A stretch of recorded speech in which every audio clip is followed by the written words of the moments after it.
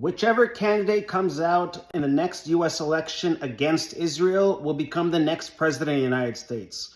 Let's talk about it. So this election cycle coming up to 2026 is a midterm congressional election. Normally after a presidential election, these midterms are very bad for the incumbent party, meaning the Republicans and President Trump.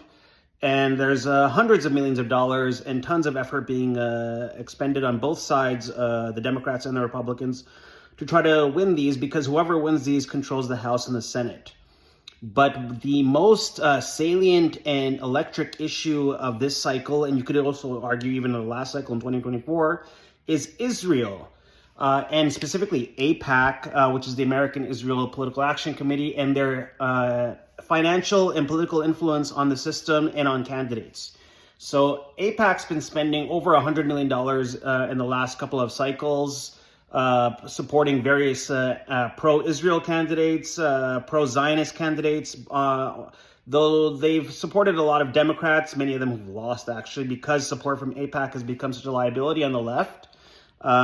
They've tended to support more Republicans lately, and frankly, a lot of the Republican establishment, the people who are still in power, are probably the most pro-Israel people you can find in American politics now. Guys like Ted Cruz and their supporters, like people like Laura Loomer and Ben Shapiro. There's a certain pro-Zionist section. But the fact is, the one uniting issue on the left or the right or the center these days in America and throughout the Western world is the anti-Zionist vote, the anti-Zionist issue.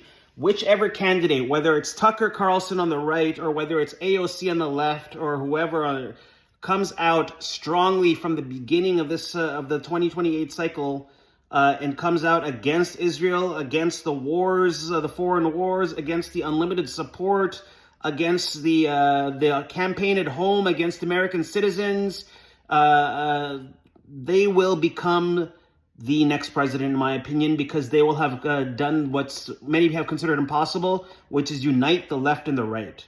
Mark my words, this is going to become the main issue in the next cycle. A lot of money is going to be spent. It's already being spent by guys like David Ellison to try to buy up TikTok and CNN and Warner Brothers and everything.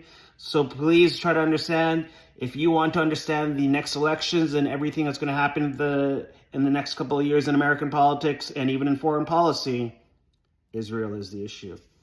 Let me know what you think. Have a good night.